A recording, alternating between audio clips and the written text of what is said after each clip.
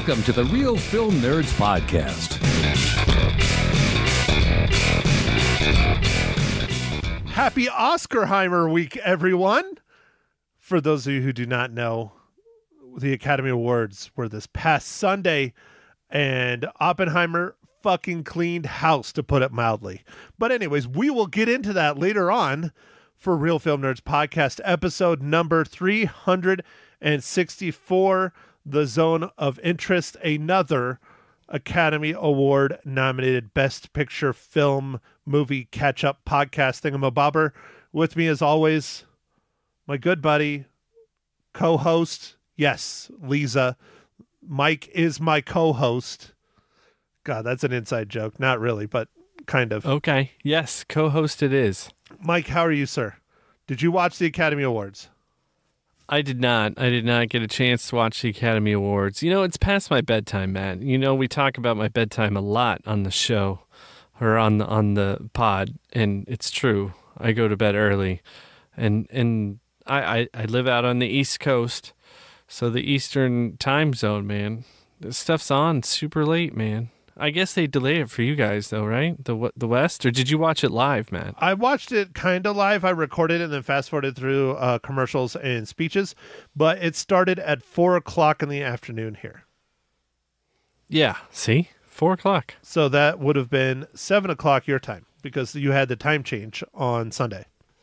Yeah, yes, on top of that, we had the time change. Those poor actors, they had to deal with that too. Everyone had to deal with that, except for Arizona and Hawaii and I think the territories. Yeah, well, dude, it just means that they were drunker.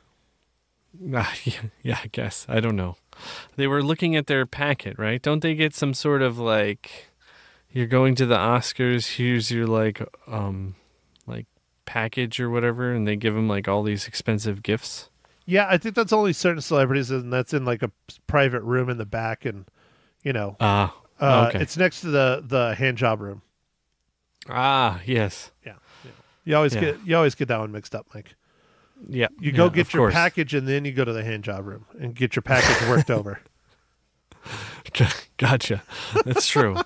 You don't want you can't screw up the happy ending order.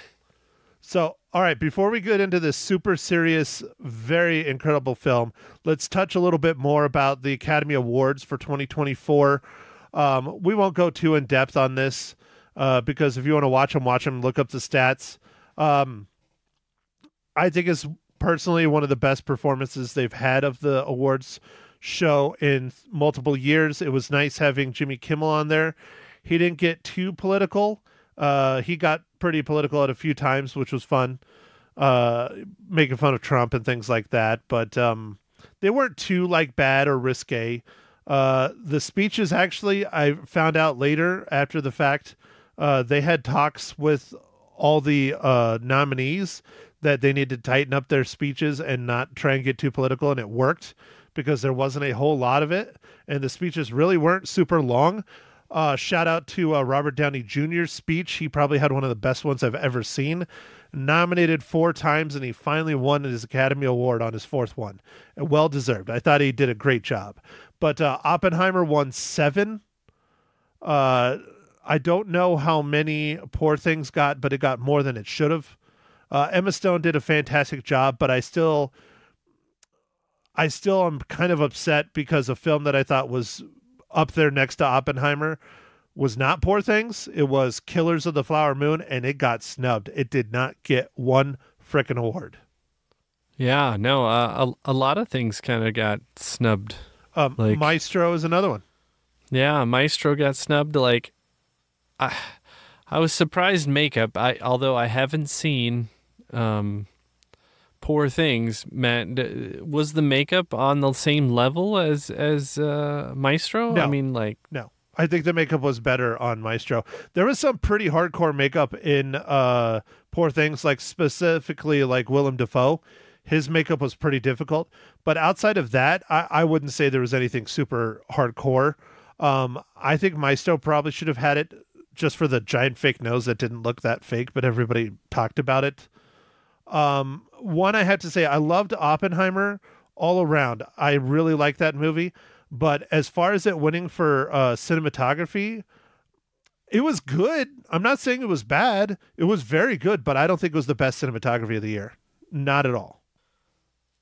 Which movie would you have given best cinematography to? Dude, honestly, I mean, either Maestro or Poor Things. I know that's a loaded one because I'm not a huge fan of Poor Things at all, really, but everything about that film was excellent other than the story. Yeah, you said you hated the story. I'm gonna try and watch it, man. It's on Hulu. I just haven't had a chance. Yeah, not to keep stammering, but I was thinking maybe we should hold off a little bit. Although I really don't want my mom to watch it. Like I really don't. Like I wouldn't mind doing it for the podcast, but I really don't want her to watch it. So maybe you should watch it and we'll just talk about it on our own, just kind of for the heck of it. But what do you think about American Fiction, man? Tucson, I'm not born, but a Tucson raised journalist winning a best adapted screenplay for American Fiction. Dude, that was great. That was great. I didn't know if it... Dude, I really liked that movie. It was very good. Really good. Very good. It was very good. Well, 2023, honestly, I don't know your opinions, Mike, but 2023 has been one of the better film years we've had in a while. I mean, out of the 10 Best Picture nominees, I've seen 8 of them, and I think I've given at least 4 or 5 of them 4.5s. And I never give 4.5s or higher.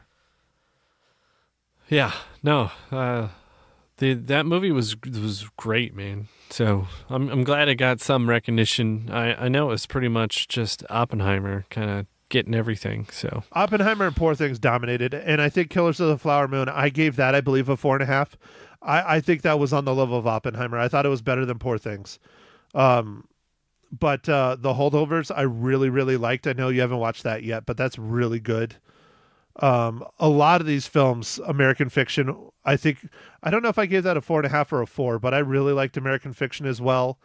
Everybody got at least a little something, but the film this is a good segue. The film that I was really, really worried about, but it did it. It got a big nod. Best International Feature, The Zone of Interest, the film we're talking about today. And sound. And as right? you know, yes, best sound. Yep.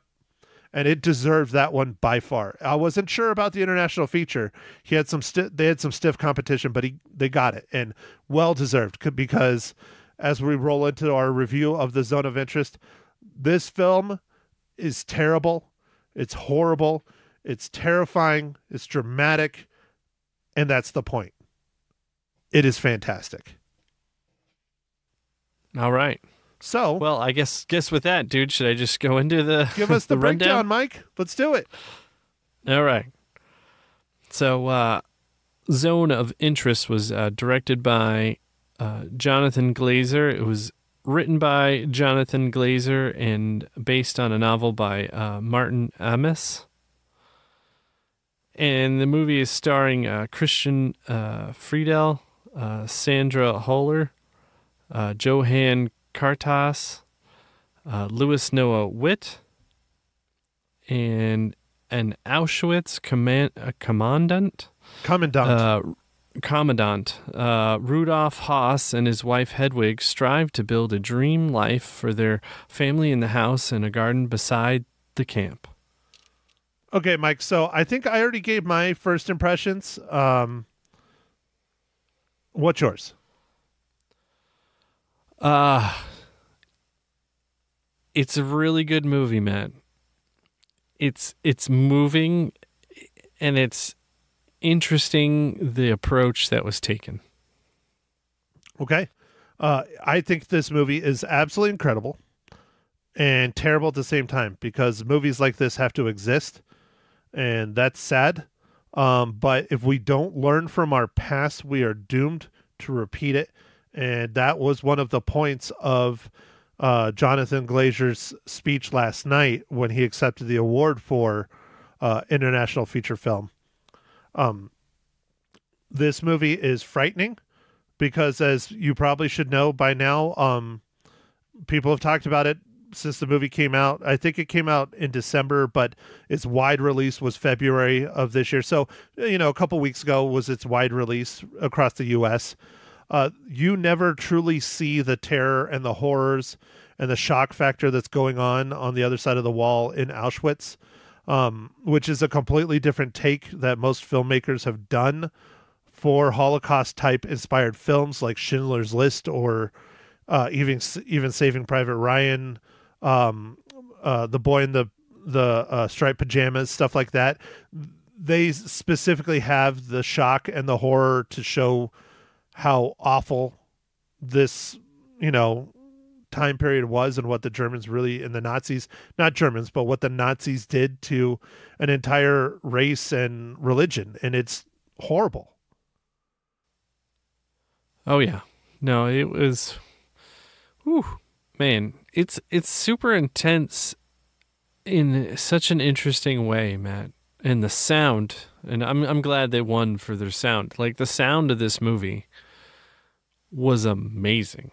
If they wouldn't have won Best Sound, I would have protested. I would have been really mad because it's insane, especially if you dig into it. Did you look into any of the trivia on it? No, but it was so amazing. I was like, holy crap, man. Like, it's like disturbing at the same time, but it added so much. It was like a character of the movie. Like, I think you even said that. Yeah. Oh, it is. It's definitely a big character in this film. So I'll do a little bit of trivia. I don't think it's too many spoilers, but so the sound design, specifically the sound outside of the walls, not the things that the actors were doing and saying, they spent, I think, 2 or 3 years going around Europe recording actual sounds. So, like, some of the screaming and yelling and fighting and gunshots, all of it is real stuff that really is going on. So, like, someone screaming and yelling is, like, for instance, possibly a drunk guy walking down the street. So okay. it's Interesting. It's pretty wild that's how they did the sound. Dude, that is really wild. But I mean, I guess it's cool that it's authentic. But man, so much time. Oh yeah, like years. They put a lot of time into this. One thing that's really interesting about this film as well, you alluded to it earlier, is that it is based on a novel. The novel is actually a fiction novel.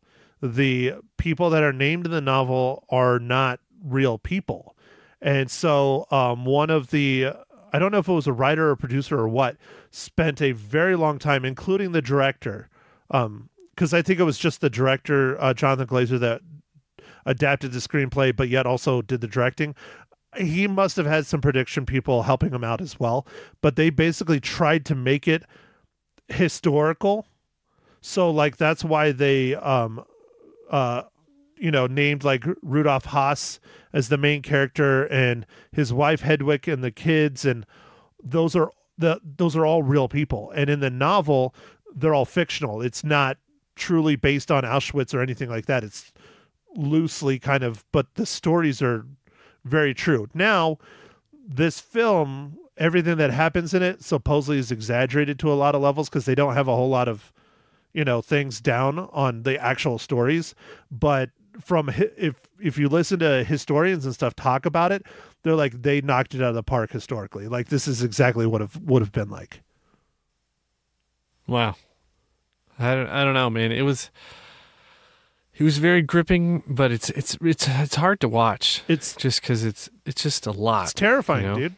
It's just terrifying. Just especially since this family is being raised in the shadow of all these incredibly horrible atrocities, and these children are hearing it.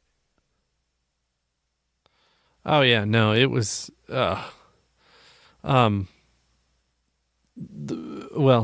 I think, Matt, I'll get us to our next segment with spoilers because I didn't want to spoil anything. Well, I don't know. I mean, it's historically based to a degree, but this movie's fiction but nonfiction at the same time. It's kind of weird like that. And I'll get into that example because it's at the end of the film. But yeah, go ahead, Mike. Let's get to your segments, please, sir. Okay. All right. So Matt, what are you drinking this fine morning, evening, afternoon?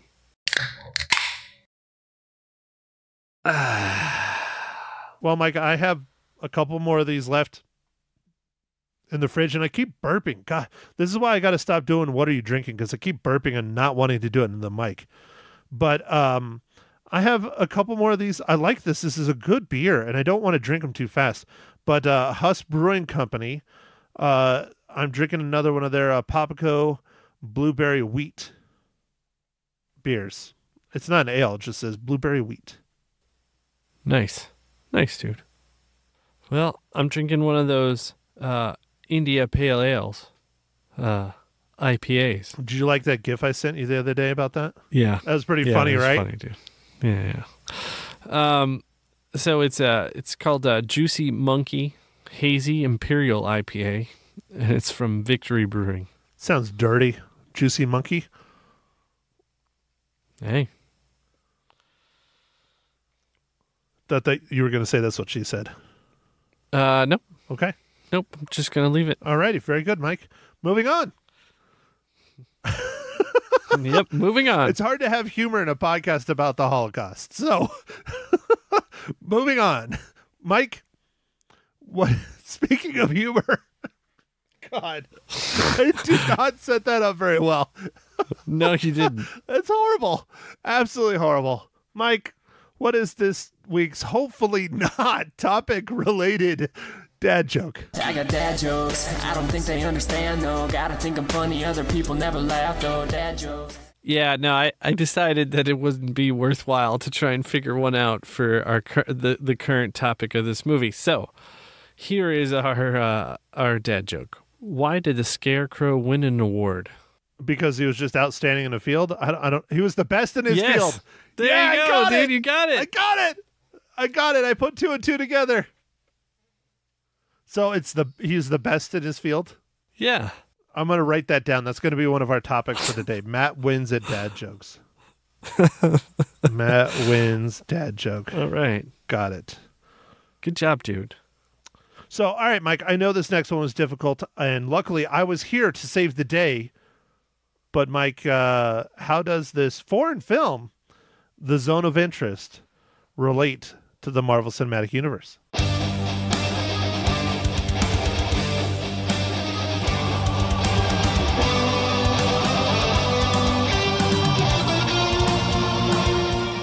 All right, Matt. Yes, with your assist, I was able to come up with somebody who relates to the MCU. I was worried on this one, Matt. I was really worried.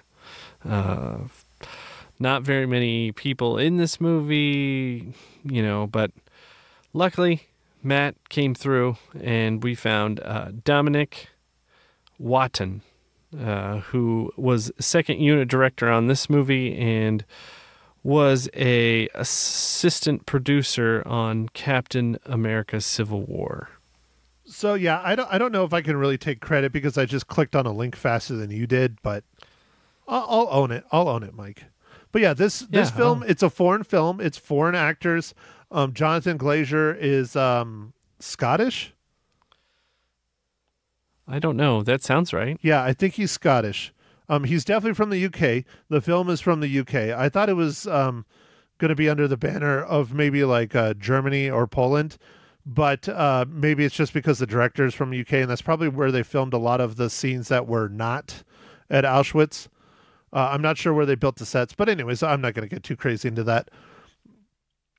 Mike, we are now into our spoiler section per usual. And you wanted to spoil it, so go for it, man. Well, we get introduced to these characters, and they're making the best of their life with the situation they have, and in some ways are enjoying some of the stuff. And they're the Hedwig, the wife. The wife, the commandant's wife, his mom, mom comes to stay and I guess help out at the house or something. I think she was just visiting and seeing how well her daughter was doing with the grandkids and that kind of stuff. Yeah. She's visiting, and she like can't handle it. like what's going on, and like you see her kind of like falling apart, like in the movie, and I thought that was really, really good storytelling, because she just never does she say anything really, but it's just you see her sometimes, and like there's a part where she was just like passed out drunk, like because she just couldn't handle it, like it was. And then she leaves, and there's a note, and we never know what's on the note. And then her daughter takes it and burns it. Yeah, it's interesting because she didn't even tell anyone. Like, she literally just was at her wit's end and left in the middle of the night. She was just like, fuck this, I'm out. And Hedwig, on the flip side, I don't want to say is embracing what's going on, because she's not. I think she's ignoring it, but she's definitely embracing the fruits of her husband's labor. How's that? You know, that it's a nice house. It's a nice garden. They have a pool. They're going on little trips down to the river. They're living a normal-ish, well-off person's life. Like, for that time period, they're clearly very well off, and that's what they're doing in the shadow of this horrible atrocity, and she's just trying to turn a blind eye to it. Yeah. I wonder if that's what was messing with her mom even more than just the atrocities, is the fact that her daughter is just kind of like, well, I love my new fur coat, fuck it, you know. Yeah. I think some of that, yeah, for sure. I mean, I'm just snowballing here. I don't know the truth. Yeah. But like in the night when the room lights up and it's like the furnaces, yeah, like, dude, like, dude, I'm getting fucking chills just thinking about it. So do you still have your Bose surround sound, right? Yeah. Did you have it pretty cranked up for this? Well, so I wasn't able to like I have to watch these movies at night when my kids are asleep. So I put on, I have my AirPods Pros or whatever, but they have spatial audio. Yeah.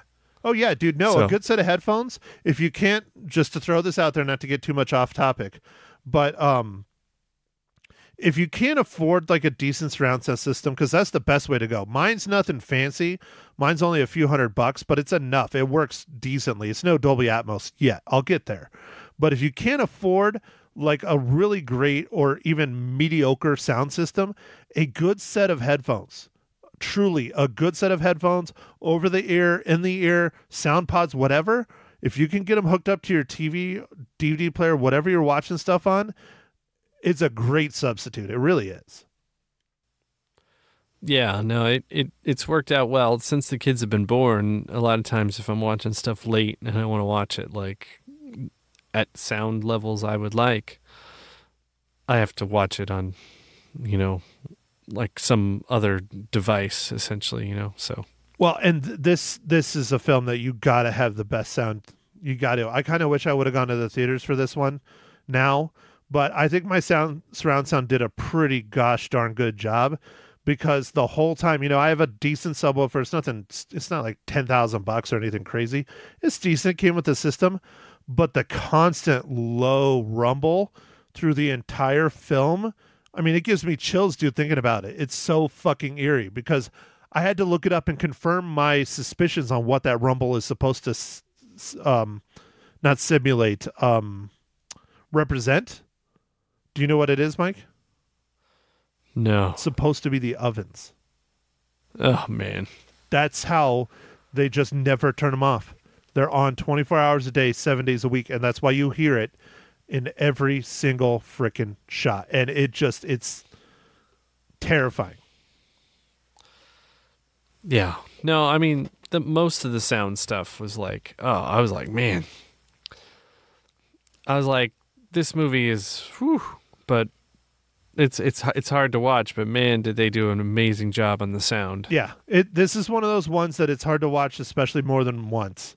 It's very good. It's very, very well done. And we talked about this earlier, but, so, okay. Let me bring the ending up, Mike. So at the very end of the film, you kind of get this picture of the Commandant Rudolf Haas kind of like gets almost like a vision, I think is what it's supposed to be, of the future and of the atrocities he does. And that's when it cuts to the real Auschwitz and the cleaning crew that's going through Auschwitz, just preparing the museum for the next day's guests. And that really, really just, I don't know. It just really kind of sets home how this is not fake. Like, this really fucking happened. And that just makes it even worse. Yeah, the only thing that I thought was a little bit odd about that was it cuts back to him.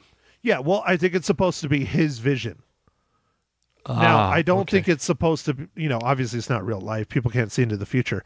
But I believe it's supposed to be him actually seeing that and experiencing that and seeing, I don't want to say the word trophies, but the remnants or the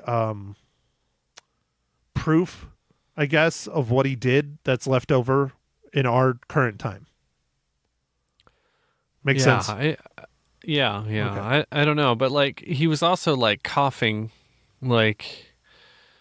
I think he was starting to have effects of living right next to all that, like in the ash and like, I don't know. Yeah. I don't know. Yeah. Maybe that's what it was.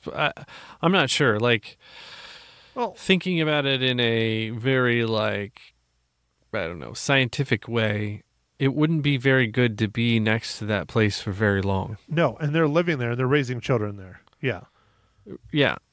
Like, I feel like all kinds of cancer-y things would be happening. Oh, I'm sure.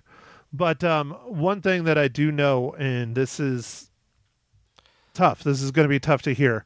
The end of the film, they're talking about how he was going to be transferred out of Auschwitz and be like the commandant or like the commander of like all the camps. But they don't do it because they have 700,000 Hungarian Jews on their way to Auschwitz. Right? You remember that part? Yeah. At the end? Yeah.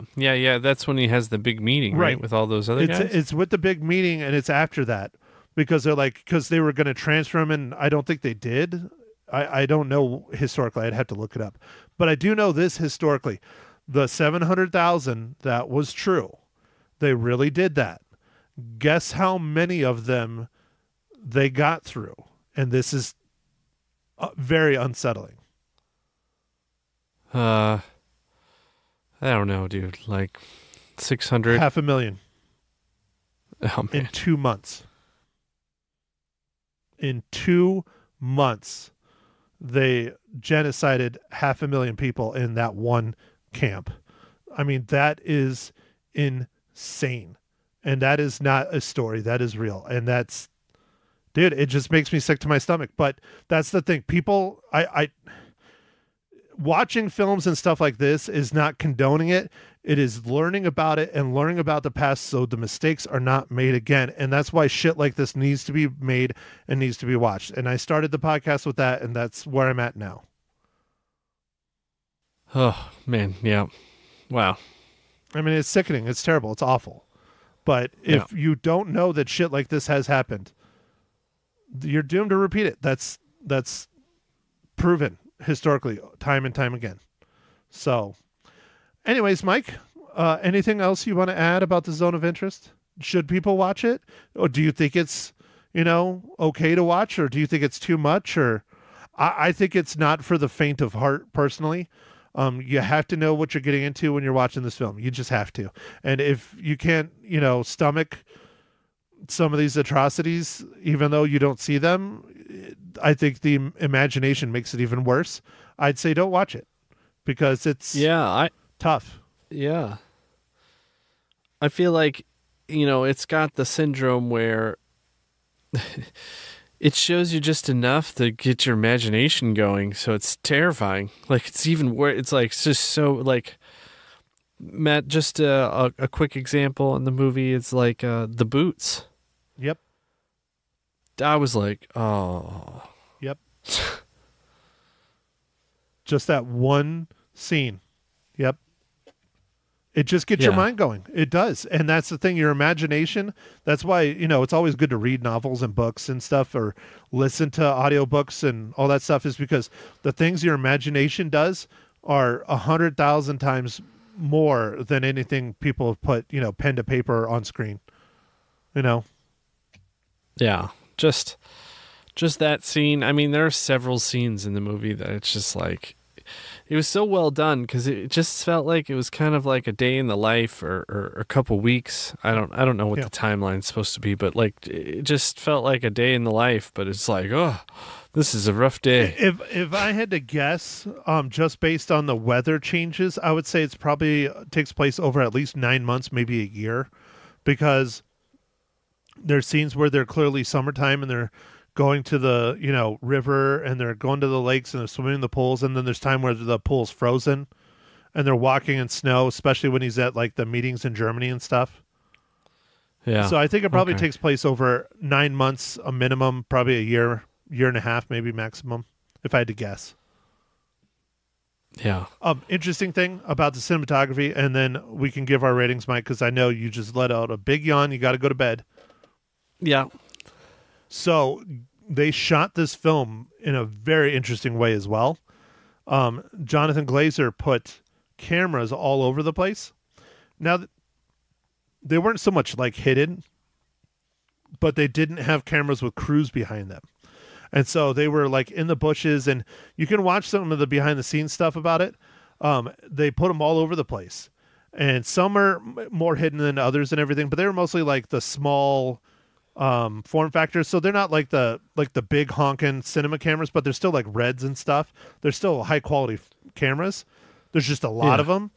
And then him and the rest of the behind the camera staff and production crew and stuff were in a big trailer watching all the screens. And that's where they were doing their directing and everything from. And the idea behind that was to have it be more almost feel like a play, because there's no one telling you what to do or how to do it or all this. Okay. So, all right, that's interesting. Pretty interesting, right? And it was very successful. I think a lot of the shots in this are very good. Yeah, there was some pretty good shots, man. Yeah, very, very, very good. So, all right, Mike. Well, I know you need to go to bed. I think we could talk about this for a while, but I think we got everything out we wanted to say. It's a incredible movie and a terrible movie at the same time, and it makes you feel something from beginning to end, and that's when you know it is an incredible film. So, Mike, with that said, how many reels do you give The Zone of Interest? So I'm going to give it 4.5 reels. It was really good and awe-inspiring. It's just not the thing that you want to go watch all the time. Yep, Mike, I 100% agree. I give it 4.5 reels.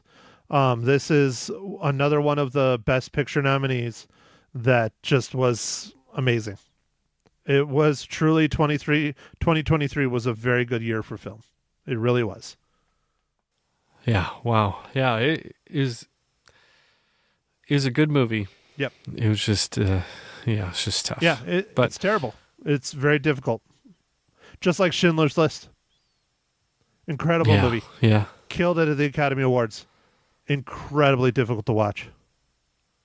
Yeah. I think I've only seen Schindler's List maybe twice. Maybe. I think I've seen once and then a part of it. It's brutal. When it first came out, we were quite young. I think we were in middle school, high school, maybe early high school. I think it was early high school. And that was one where I saw snippets of it as it came out on DVD and Blu-ray, not DVD and Blu-ray back then, VHS back then, or on TV snippets. And my mom was like, nope, you can't watch that right now. But then in college and older, I sat down and watched the whole thing all the way through. And it's tough, dude. It's tough. It's an incredible film just like this, but it's difficult to watch. So, all right, Mike, next week, after such a difficult film, I figured we need to watch something more upbeat. Even though it was one of your picks, I agreed to it. Why don't you tell us about Arthur the King? Dude, Arthur the King. It's got Marky Mark in it. Or, I don't even know if anybody remembers that anymore, but Mark Wahlberg used to be in a band called Marky Mark and the Funky Bunch. Look it up. It's fun. Anyway, Mark Wahlberg's character is like competing in some sort of, I don't know, Iron Man type thing. And I think they call it epic endurance race. So it's like Iron Man on steroids. Oh, Iron Man on steroids, huh? Because it's over like multiple countries and hundreds of miles instead of like 50. Okay.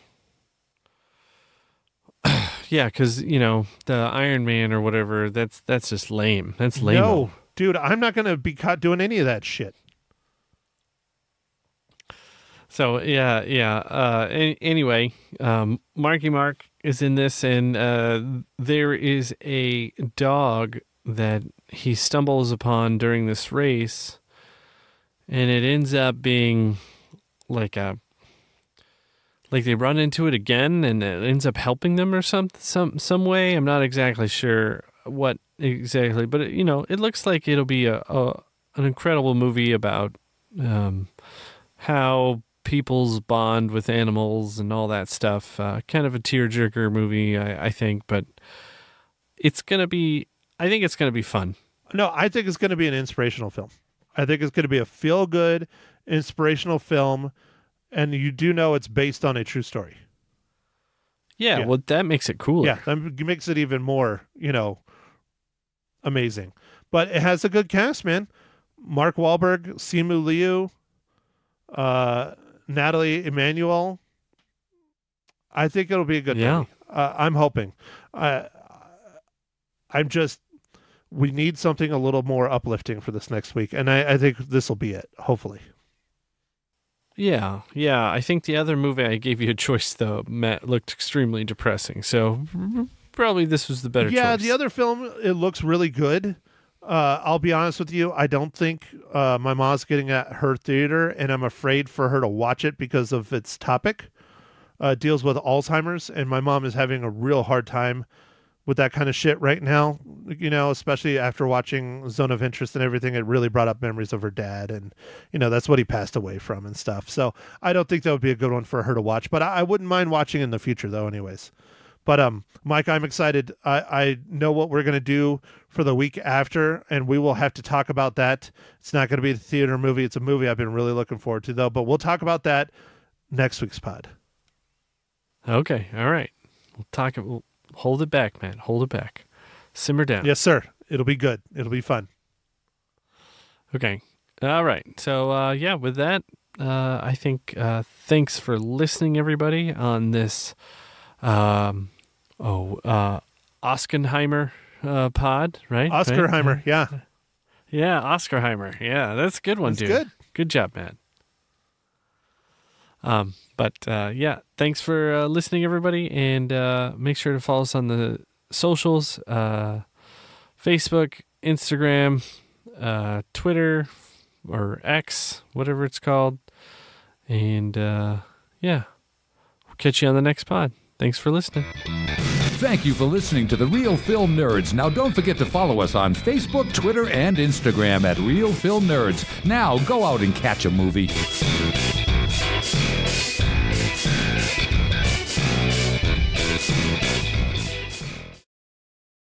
Welcome, everyone, to Ma Hinshaw Loses Her Cookies, episode 54, Zone of Interest.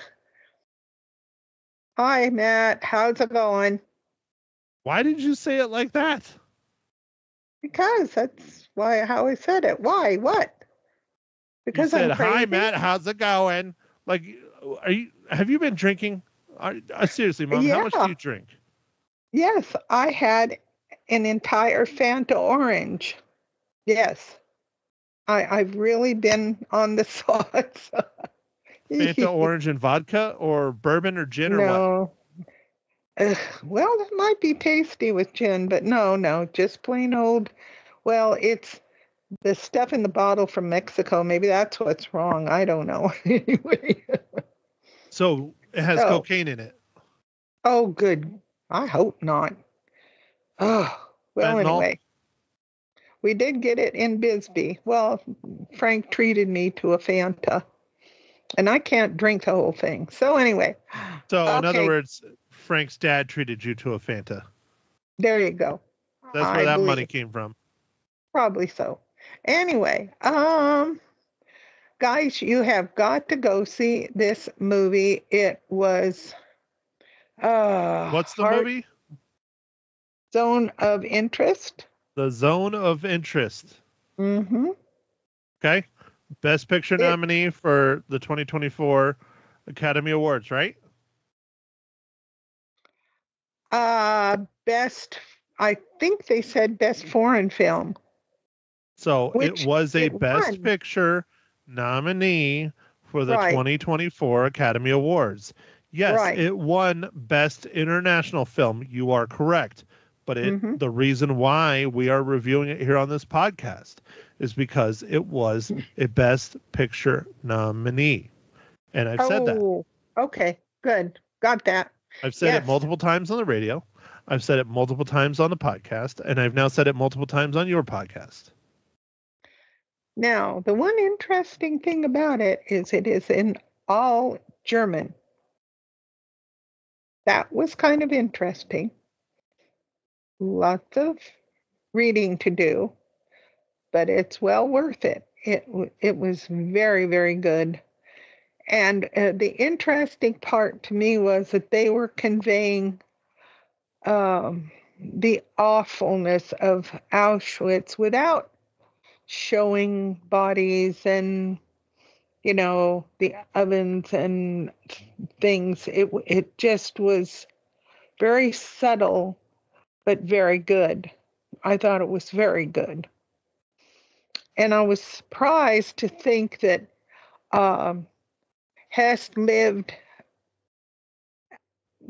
well, not on the property because I think they had housing for the people who worked there on Auschwitz proper, but he didn't. He lived outside in a house very near the wall, which is why you could hear gunshots. You could hear the dogs barking at times, and you could see the smoke from the furnaces. And anyone who has a modicum of interest in Auschwitz should watch it. It's just very good. Did you like it, Matt? Of course I did. I think this is a terrible film, but a good film.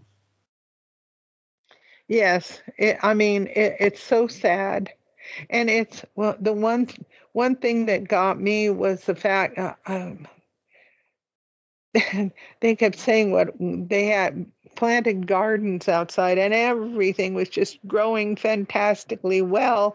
And I'm sitting there going, well, it was probably from the ashes that would float from, the ovens or whatever that would make them grow bigger. It was amazing how big their gardens were and lush and everything. And the children, raising those children right there, oh my goodness.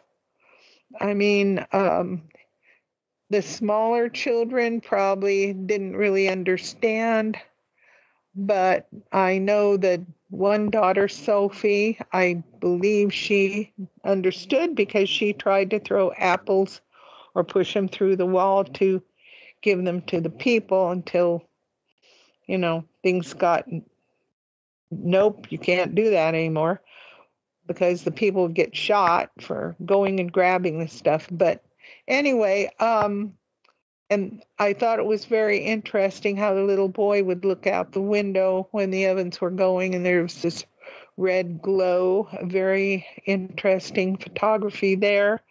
The house itself really captured the feelings of houses back then. They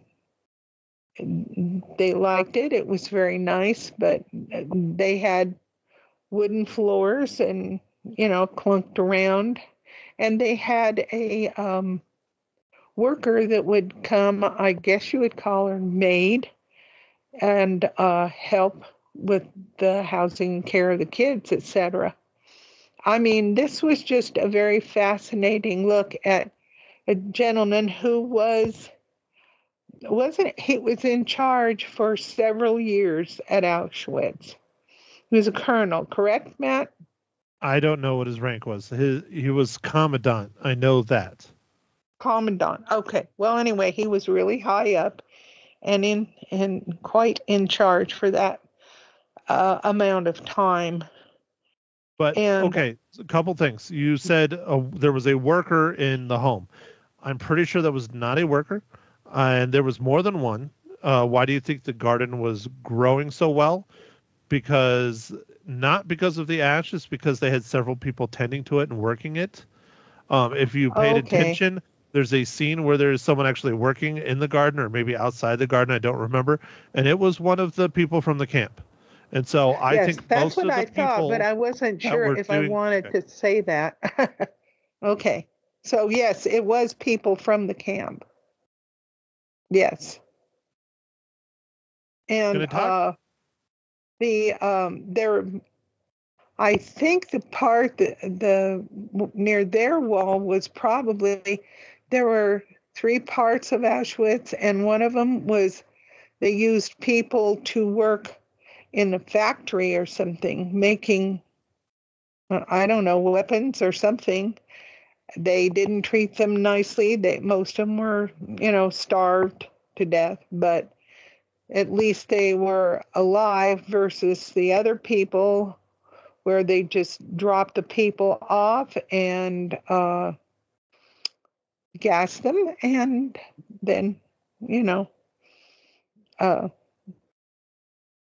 cremated them. And the trains kept coming and coming. It was just a very, very effective movie. And, Okay, so let's see. Let me go back. They did not show any gassing whatsoever. They did not show any cremation whatsoever. They did not show any trains whatsoever. So what are you talking about? History? Well, you could hear the trains. You couldn't see them. You could hear lots of things, Mom. That's the point of the film. Yeah, that's it. There you go. You could hear that. You didn't see the trains, but you could hear it. Yeah. Anyway, I highly suggest you watch it. Very disturbing and very sad, but I think we all need to know if people do not know about Auschwitz and what it was like. And I'm proud of the people who made it, and I'm very glad they won. It was very good.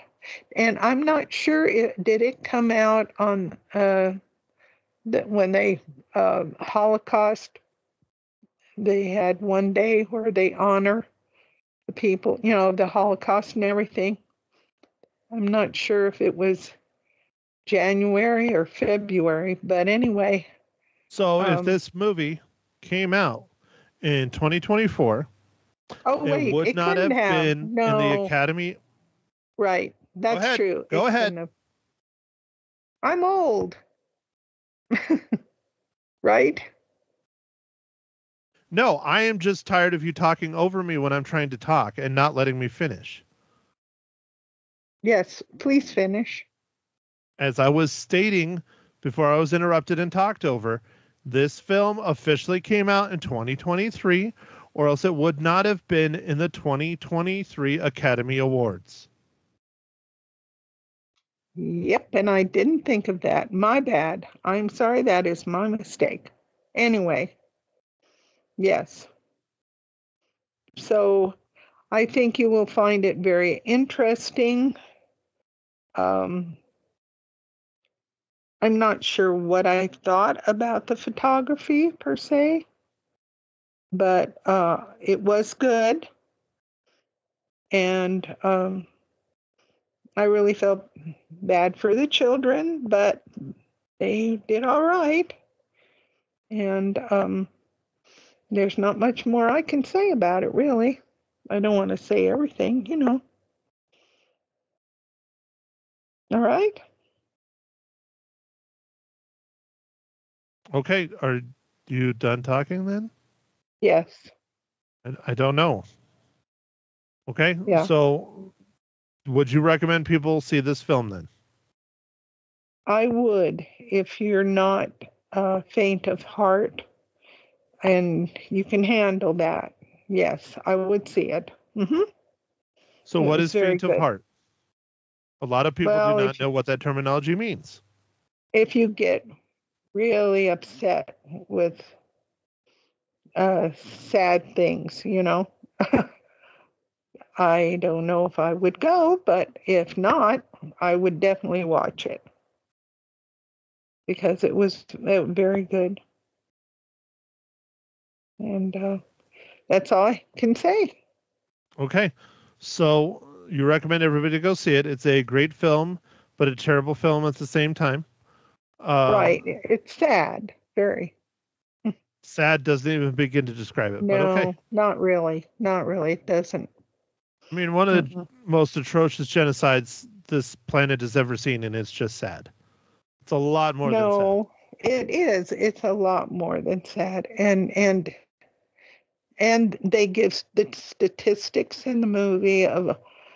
I did not know that they just.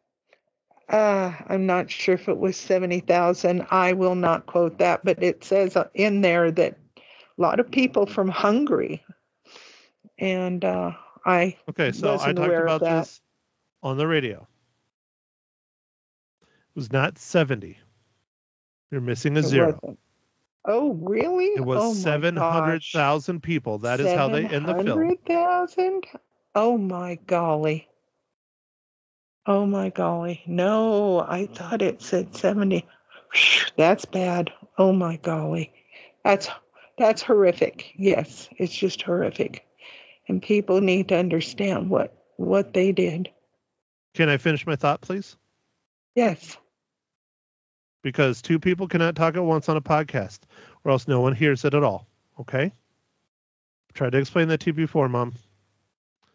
So, it was 700,000 people is how they end the film, is that they do not want to transfer him out of Auschwitz because they have 700,000 Hungarian Jews, or I assume most of them were Jews. It could have been other things that, because they didn't just, genocide Jews. They killed a lot more than just Jews. But the bulk of it was the Jewish people. And so they had 700,000 of them that they were transferring, shipping, moving, marching, who knows, from Hungary. And they said, we're not going to transfer you because we have all of them and they need to be taken care of efficiently. According to historical documents and historians and things that I've read and listened to, that is true. That is the way they ended the film, and that is very true. And in 2 months, this was towards the end of the war, in 2 months, they had executed 500,000 of them. In 2 months. Unbelievable. In one camp at Auschwitz. That's just horrible. And that is a historical fact. That is not made up in the film. It's not made up, yes. Well, I got the number. I thought 70,000 was wrong, but I was wrong. Oh. Anyway, please do go see this movie. Be very, very interesting and edifying to you. Okay. So, with all that said, how many cookies do you give it? I give it 4. Or did I give it 4.5? I'm not positive. I might have given it 4.5. Well, if Yeah. you were using the app that I asked you to use, you would know because you could look it up. Oh, that's true. But anyway, in there, 4 or 4.5. Okay. Well, which one is it? You need to make a definitive decision. 4.5. 4.5. I believe I did 4.5. Yeah. This is your podcast. Okay. You can do what you want. Okay. So 4.5. Mm-hmm. Okay. So then next Okay. week, we're talking about the movie Arthur the King, right? Right. You're going to go see that in the theaters with Michael or Dad? Probably Dad, because Michael's been working quite a bit.